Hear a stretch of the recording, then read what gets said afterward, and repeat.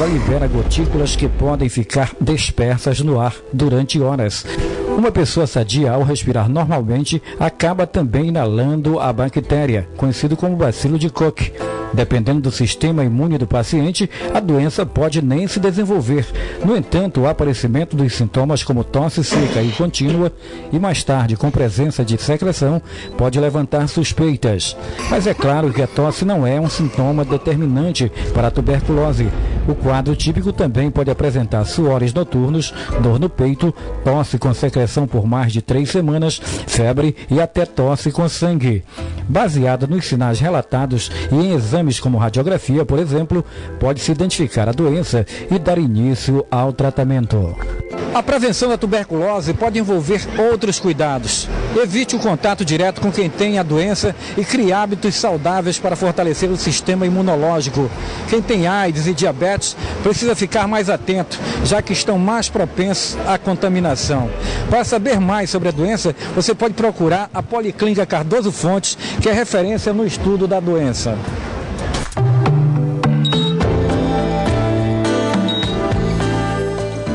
Obrigada, Gerson. Vamos falar da qualidade desse diagnóstico aqui no estado do Amazonas. Atualmente, o diagnóstico da tuberculose ele está descentralizado. Todas as unidades de saúde da Secretaria Municipal de Saúde podem atender pessoas com suspeita de tuberculose.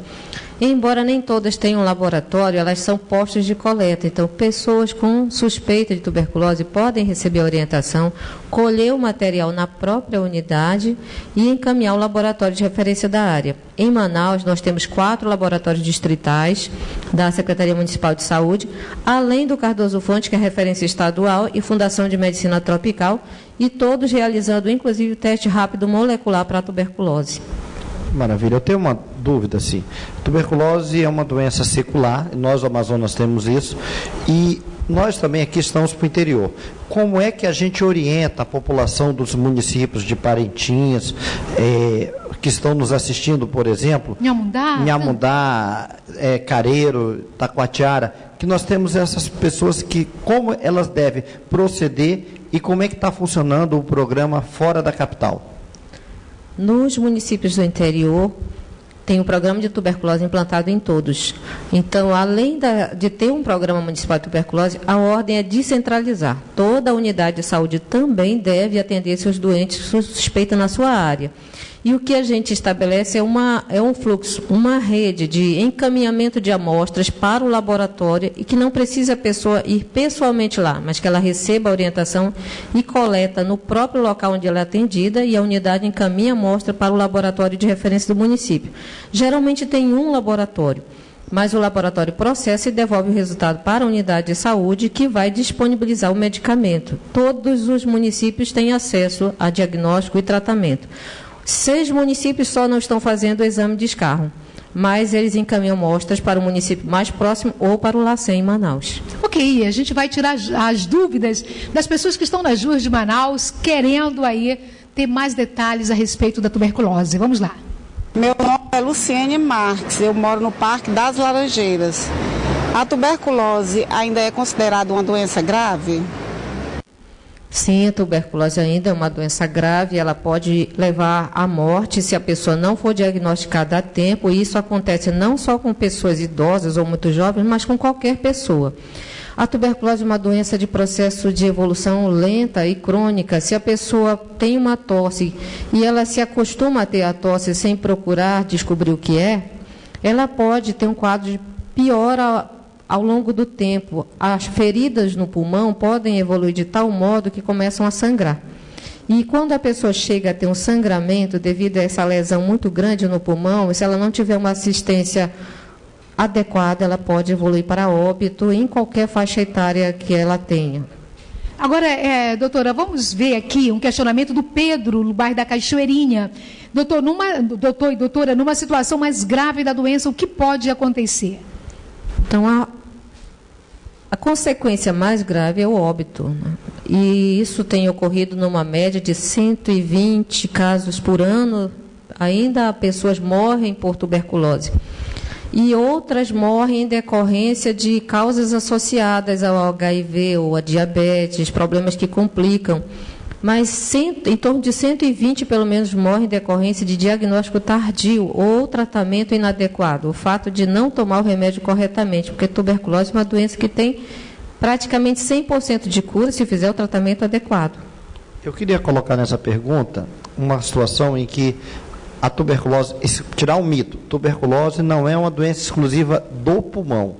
E a tuberculose ela pode dar no cérebro, pode dar nos gânglios, às vezes as pessoas têm uns caroços no pescoço, na região inguinal, e ela pode também comprometer intestino e comprometer coluna. Então, na verdade, ela é muito mais comum no pulmão, mas ela pode dar em outros órgãos que são importantes e é fundamental, porque às vezes o diagnóstico tardio vai de encontro com o que a doutora Marlúcia falou. A mortalidade e a sequela da tuberculose é uma situação muito grave que a gente tem no dia a dia. Agora, a gente tem aqui, e já a doutora Marlúcia vai explicar para a gente a questão da faixa etária e a tuberculose. Então, é um quadro que nós temos, sexo masculino, e temos aqui faixa etária, enfim, já ela vai responder. Eu vou às ruas novamente, mas tem um questionamento da questão da relação tuberculose e AIDS, para a gente poder explicar, porque hoje a gente vê muito as pessoas lembrando que as campanhas, mesmo quando a gente não está vendo na televisão,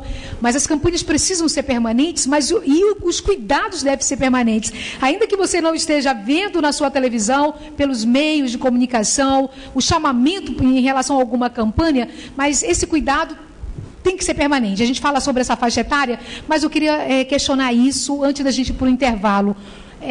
A pessoa que tem AIDS hoje, ela precisa se preocupar com a tuberculose, ou a pessoa que está com a tuberculose precisa se preocupar com a questão do HIV? Já a gente vai responder isso, porque agora a gente faz um intervalo comercial e volta já com você. Já estamos de volta com o nosso Alô Doutor dessa terça-feira, falando sobre tuberculose, lembrando a importância, mostrando aqui dados que são trazidos pela doutora Marlúcia, pelo doutor Sidney Chalub, mas chamando a atenção para a prevenção. Acho que isso é fundamental, né? Lembrar da saúde, mas da promoção dessa saúde. E eu questionava a questão dessa relação do HIV com a tuberculose. Como que é? Quem é que, no caso, uma pessoa que está hoje com tuberculose e uma pessoa que está hoje com o vírus do HIV, quais são os cuidados e a relação dessas duas doenças? Vou começar com a relação. As pessoas, muitas da nossa população, nós tivemos contato com a tuberculose e aquele granuloma, ele está lá envolto no nosso sistema imunológico, dentro do nosso organismo. O que acontece? Muitas pessoas que têm AIDS, ela desenvolve a tuberculose doença, porque essa imunidade baixa e começa a manifestar, às vezes, até formas mais graves, como foi falado. Então, nós temos, assim, se a gente fizer um exame de teste, que a gente chama de PPD, mostra que nós tivemos contato com o bacilo da tuberculose, mas a nossa imunidade mantém. O aidético, ele perde essa imunidade. Então, ele eclode esta doença e não raramente o diagnóstico é feito da AIDS porque a pessoa desenvolve tuberculose grave, às vezes com manifestações fora do habitual, e você faz o teste do HIV. Então, é essa a importância dela. Por outro lado, a pessoa que tem AIDS, ela é muito mais sensível à ação da bactéria. Então, ela tem mais complicação, tem que fazer o tratamento e tem que manter o tratamento permanente, não só no esquema, às vezes, de 6 meses, mas com um tratamento prolongado, individualizado, de acordo com cada caso. E por isso se recomenda que toda pessoa que tem tuberculose faça teste para HIV. E toda pessoa que tem HIV seja investigado para a tuberculose. Porque quando ele tem a associação das duas, e se ele não tratar as duas comorbidades, ele tem pouca chance de êxito no tratamento. Por isso que a principal causa de morte em quem tem HIV é a tuberculose. Nós vamos voltar às ruas, e eu já quero pedir à doutora Marlúcia que possa, mais uma vez, assumir ali a tela da nossa Band aqui, para explicar a questão da faixa etária. A gente faz o questionamento das ruas de Manaus e daqui a pouco a gente explica a faixa etária e a tuberculose. Vamos lá. Meu nome é Lânia, moro no bairro de Petrópolis. Eu queria saber se a tuberculose atinge só os pulmões. A senhora, o doutor Sidney até falou isso, né? Que não, né? Isso? Não. A tuberculose pode dar em qualquer outro órgão e não é raro, em pacientes portadores da AIDS, nós fazemos o diagnóstico da doença extrapulmonar, porque essa imunidade baixa e tem essa manifestação. Eu já tive até caso de operar a paciente de tuberculose intestinal, então ela pode acometer vários órgãos. Nós temos aqui, através de uma fonte do Sinan, a faixa etária e a questão em relação aos homens, né, que tem mais a probabilidade em relação a essa doença. É isso, doutora Marlúcia? Sim, em qualquer lugar do mundo a situação se repete. A maioria dos casos é do sexo masculino, sempre em torno de 60%, e 40% são mulheres. A faixa etária principal é a partir dos 15 anos até 44, mas tuberculose tem registro em todas as idades, a partir de 1 ano até os 80. Qualquer pessoa pode adoecer de tuberculose, embora ela seja mais concentrada aqui. Isso corresponde à faixa etária de pessoas que estudam, que trabalham.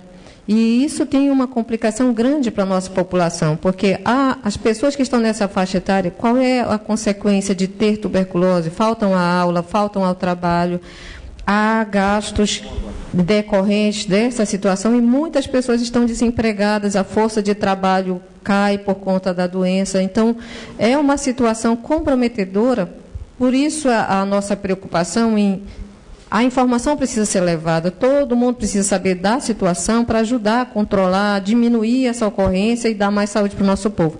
Esses dados são de 2015, mas em todos os anos a situação tem se mostrado muito similar. Doutora, a gente tem um quadro aqui que é mito ou verdade.